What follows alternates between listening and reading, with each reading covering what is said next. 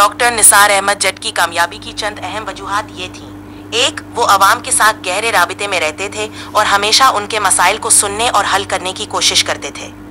دو، وہ اپنے ڈیرے پر موجود رہتے تھے اور اپنے حلقے میں تعلیم اور دیگر بنیادی مسائل پر کام کرتے رہے۔ تین، مقامی میڈیا کے ساتھ ان کے اچھے تعلقات تھے اور انہوں نے میڈیا کے ذریعے اپنے حلقے کی اہمیت اور ترقیاتی کاموں کو اجاگر کیا۔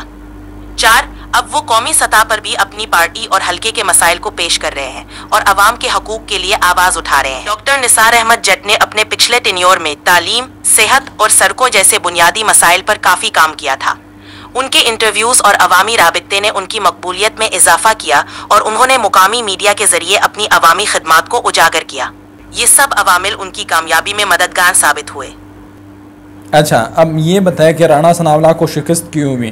ثناء اللہ عوام سے زیادہ رابطے میں نہیں تھے، ان کا عوامی رابطہ کم تھا اور وہ عوام کے مسائل پر توجہ نہیں دیتے تھے۔ اس کے علاوہ جب وہ وزیر داخلہ تھے تو انہوں نے کچھ ایسے فیصلے کیے جن سے عوام میں ناراضگی پیدا ہوئی، جیسے کہ اسلحے کے لائسنس کے معاملات۔ ان سب عوامل نے ان کی شکست میں کردار ادا کیا۔ السلام علیکم ناظرین، جس طرح کہ آپ کو پتہ ہے کہ میرا تعلق فیصل آباد کے حلقہ NA100 سے ہے، اور NA100 کا جو حلقہ ہے یہاں کی جو ایک وجہ شہرت ہے وہ یہ ہے کہ اس حلقے سے محترم رانا ثناء اللہ خان جو کہ سابق وفاقی وزیر داخلہ رہے ہیں اور اس ٹائم جو ہے وہ پاکستان مسلم لیگ نون پنجاب کے صدر ہیں، اور ان کے مد مقابل جو ہے وہ ڈاکٹر نثار احمد جٹ صاحب ہے جو کہ وہ 3 مرتبہ اس حلقے سے MNA منتخب ہو چکے ہیں۔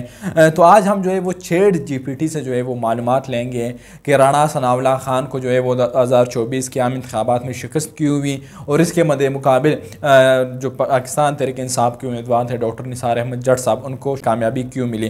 تو ہم ChatGPT سے پوچھتے ہیں۔ السلام علیکم۔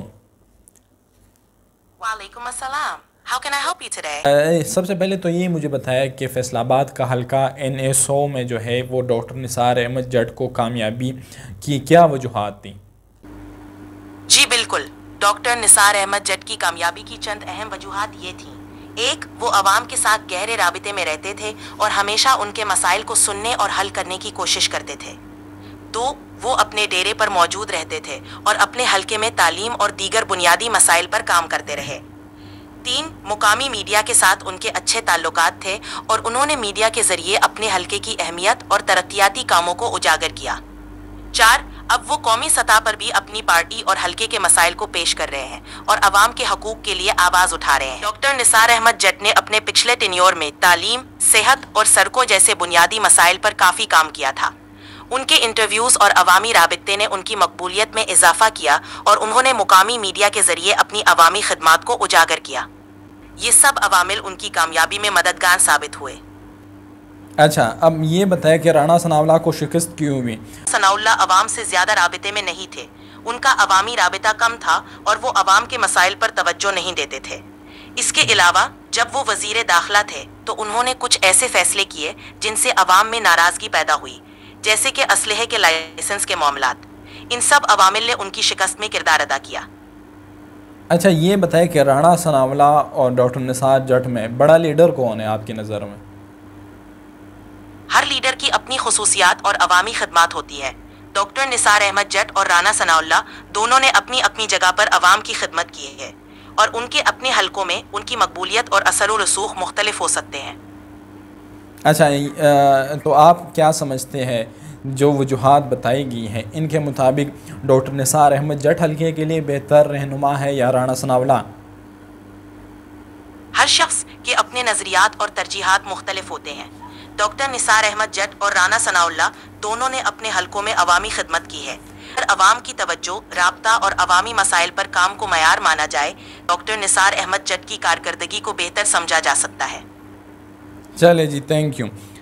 جی ناظرین، یہ ChatGPT نے جس طرح بتایا، میں نے ChatGPT سے پوچھا کہ ڈاکٹر نثار احمد جٹ جو تھے ان کی کامیابی کی وجوہات آپ کی نظر میں کیا ہو سکتے، تو انہوں نے وہ وجوہات بھی بتائیں، رانا ثناء اللہ کی شکست کی وجوہات بھی بتائیں۔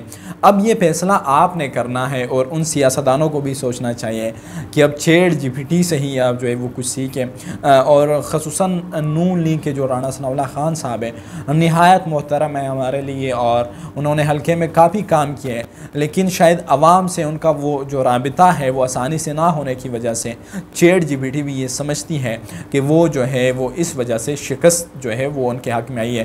دوسری اہم وجہ چیٹ جی پی ٹی یہ بتا رہی ہے کہ مقامی میڈیا کو توجہ نہ دینا۔ اب مقامی میڈیا کو توجہ نہ دینا یہ بھی حقیقت ہے، کیونکہ ڈاکٹر نثار احمد جٹ جس طرح مقامی میڈیا کو توجہ دیتے تھے، خصوصاً ہمیں جس طرح ٹائم دیتے تھے اور دوسرے چینلز کو جس طرح ٹائم دیتے تھے، یہ بڑی وجہ تھی کہ وہ مقامی میڈیا کو توجہ دیتے تھے، اور مقامی میڈیا کا جو ویورشپ تھا وہ ہلکے کا تھا، تو اس وجہ سے ہلکے میں ڈاکٹر نثار احمد جٹ صاحب کا بیانیہ جو ہے وہ رانا ثناءاللہ سے بہتر جو ہے وہ مقامی میڈیا نے پہنچایا۔ اور اب آنے والے الیکشن میں دیکھتے ہیں کہ رانا ثناءاللہ خان جو ہے وہ اپنی نشست جو ہے وہ یہ دوبارہ جیت سکتے ہیں یا وہ جو ہے وہ یہ ہارتے ہیں، اور ڈاکٹر نثار احمد جٹ صاحب کو بھی دیکھتے ہیں کہ کیا وہ آنے والے انتخابات میں اپنے اس نشست پہ اپنی کامیابی کو برقرار رکھ پا سکتے ہیں یا نہیں۔ مزید بھی جو ہے وہ اس طرح کے انٹرسٹنگ ویڈیوز جو ہے وہ ہم آپ لوگوں کے ساتھ شیئر کرتے ہیں۔ دیجیے مجھے اجازت، اللہ نگہبان۔